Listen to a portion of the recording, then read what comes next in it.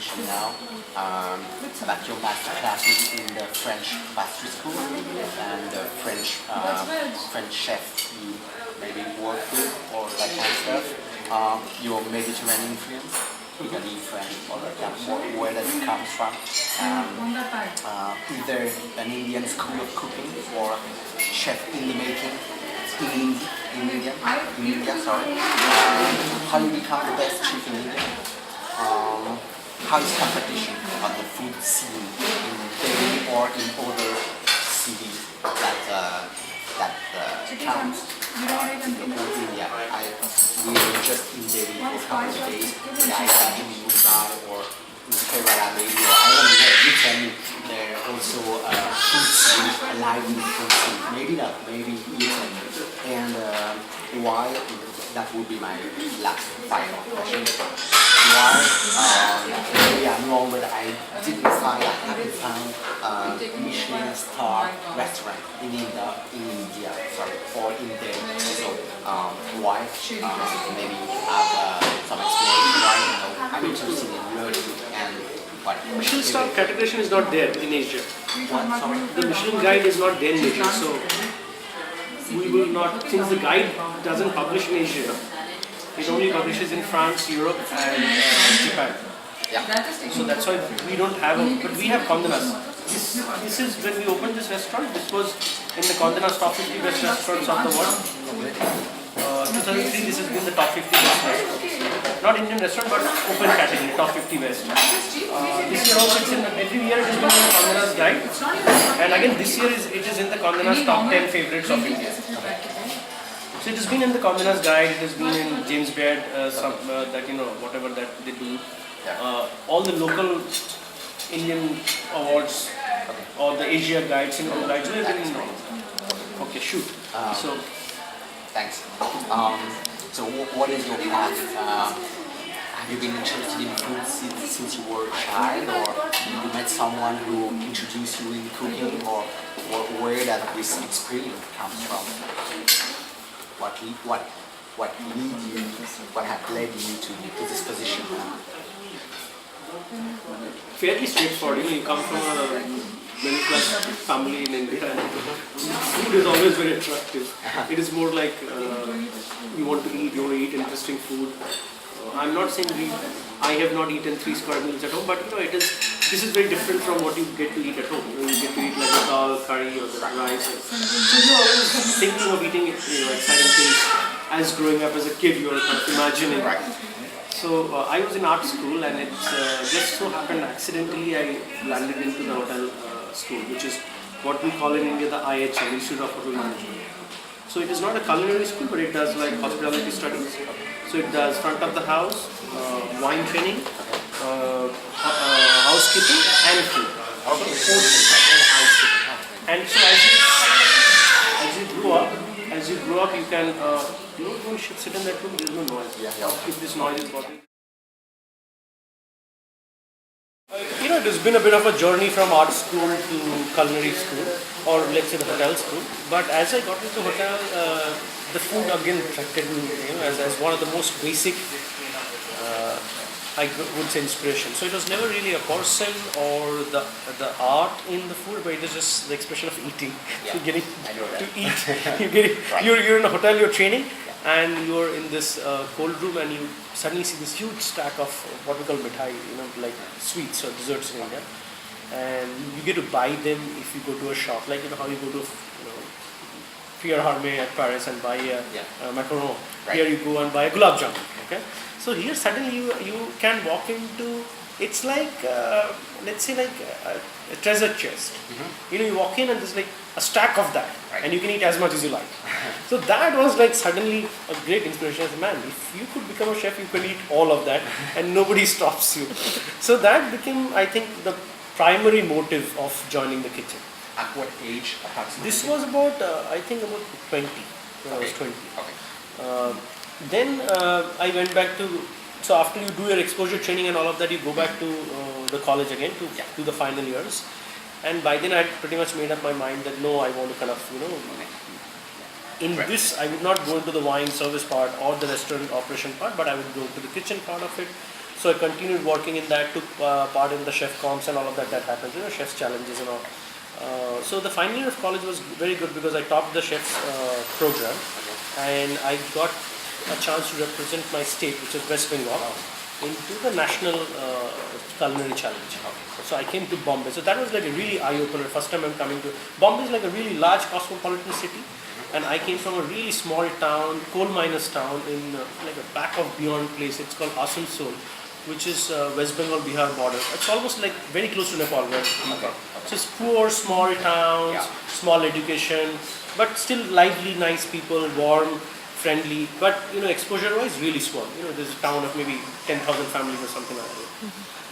So from there to Bombay, like one of the largest metropolises of the world, suddenly kind of explodes in your mind. But I didn't get scared. I was always very excited. Wow, life can get this big. So let's make the best. So I got a job in Accor to start with. Accor is one of the French chains, I think. And they had this hotel at Juhu called the Juhu Guest Line. On the rooftop, they had a beautiful Italian restaurant overlooking the sea and all that called Al Fresco. So I started off there, and that's where the journey started. And then in many places, many things.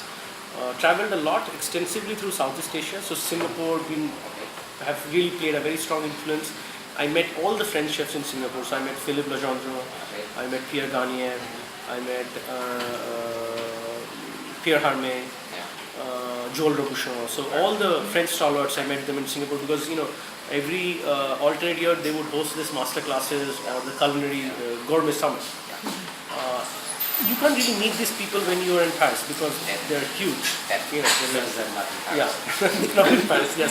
But there at the show, they are very accessible. So there you can go up to them, you can do their master classes, you can get a book autograph, you can talk to them, exchange your cards, and that's how I really started building my relation. And then I met Tatsuya, who's one of the masters, considered to be the biggest master in this part of the world. I met Neil Perry, I met a lot of the Chinese and the Hong Kong chefs who are very, very big. I met some of the stalwarts from the US, Charlie Trotter,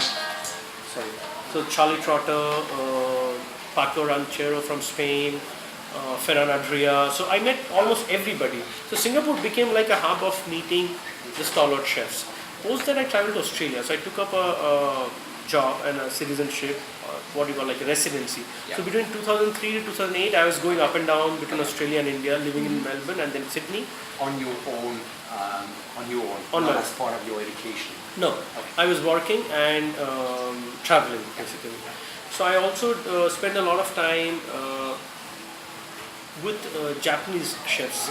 So I picked up, because Sydney has a huge Japanese influence because it's proximity to Japan, Fiji and all of that. So there's a lot of Japanese influence there. Just put this on silent.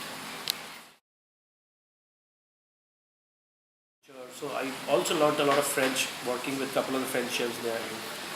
Then I got a chance to go to the US for a small culinary program. So I went to New Orleans, Louisiana. So I saw another part of French Creole, the Creole, which is very exciting again. So now suddenly from very high-end, fine plated food to I'm seeing, the rustic black pot cooking, the Cajun pomfret and the gumbos and the jambalayas and the beignet at Café du Monde. Beignet is of course French, but I don't know if you've seen this place at New Orleans, Louisiana. There's a queue 24/7. Look it up on the internet. There's a queue that is 24/7. Whenever you go, there's a queue. You don't get a place to sit. It is a cafe which is established in 18th century. Louisiana is also the home of the sugar, where they first distilled sugar actually, the sugarcane farming and all of that. And at this pastry school in Kouassi called DGF. Yeah. DGF does chocolates and fine pastry and all of that. Yeah. So I went there. I spent a couple of weeks there. Then I spent a week doing a small stage at a restaurant called Antoine Fish at Alma Marceau in Paris. Then I went for exposure to Pierre Garnier for some time. Then of course traveled a lot through Champagne and all of those and things like that. So it was good exposure. Came back to India again, did a nice French food festival. I brought some bread from Poland, this very famous bakery in Paris.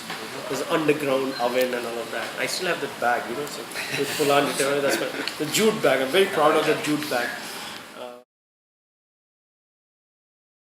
Embassy in Delhi, the the Spanish embassy in Delhi, the Italian embassy in Delhi. So all the Mediterranean embassy and Greek embassy. So I'm constantly promoting produce from either France or Italy or Spain or Greece. So primarily from Mediterranean.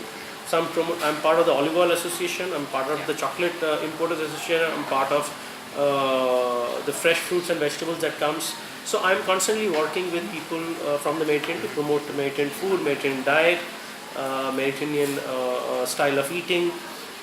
So the restaurant that is my restaurant here or at Olive Beach, which is my other restaurant, all the names and websites you'll find in the card, is not really so much about a specific cuisine. Because I love French food, so it has a heavy note of French direction always. So you will find the confits, you'll find the confitures, you'll find the macarons or the beignets or pralines or whatever. But also it has a bit of an Italian influence. So it has pizzas and pastas. It has a bit of Greek influence. So it has the filo pastry, the kataifi, the feta.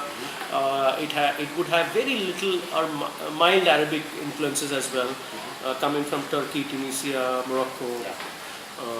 But most of the influences, heavy influences, would be France, Italy, and Spain. And of course, French is the mother of all cuisine. So when even in my Japanese restaurant, I run a Japanese restaurant as well. The culinary terminology is all French.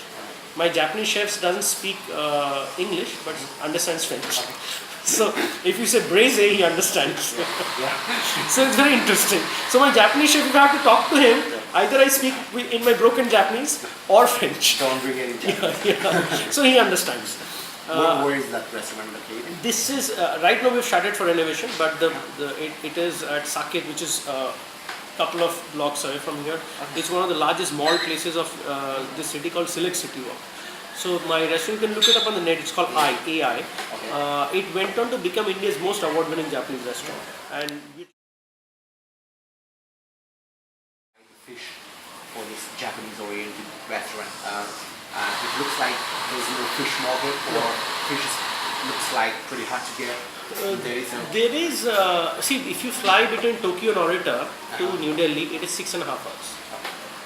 So what I did is I set up a supply chain from Tuskegee Fish Market. So it comes in cold, the styrofoam boxes with dry ice. Narita has a cold holding section, so it goes into the Narita's holding, then it gets into the flight. 6:30 in the evening it lands here. So when it lands, can you hear the flight? Yeah, absolutely. This is the international airport. So just outside the jungle is the international airport. We are right on the ridge. So from the airport it reaches my cold rooms in less than 45 minutes to an hour's time. But you have to build a decent relation and understanding and all that. Sorry. In all the places that in India. Right now we have Bombay, Bangalore, Pune. Where is Pune? Pune is at the golf club. Pune Golf Club. And then now we are looking at Hyderabad. We're looking at Colombo. We're looking at Calcutta. We're looking at Dhaka. See, this restaurant chain is 12 years old. For the longest part of it, I am the first employee, Mr. A.D. Singh, who owns large part of this group. We didn't want to really grow much. We were all about consolidating and giving good food. So for 10 years, we only had 3 restaurants. Now, it's a 12th year, we have 6 restaurants. In the last 2 years, we've opened 2, 3. And now we want to really expand, because we all know that we can only do it for another 5 years or so. Because after that, at some point, you'll retire in life and you'll take it easy. You can't be doing this because restaurant really takes up a lot of energy of yours. Your life kind of gets in there. You lose everything and run the restaurant. In Kerala, for the Japanese restaurant, I started working with fishermen and fishing boats in Lakshadweep and Indian Ocean. These are Japanese-run fishing boats, Indian fishing boats, but leased out to the Japanese, government or Japanese companies. So they catch, slaughter, and pack everything to the Japanese standards.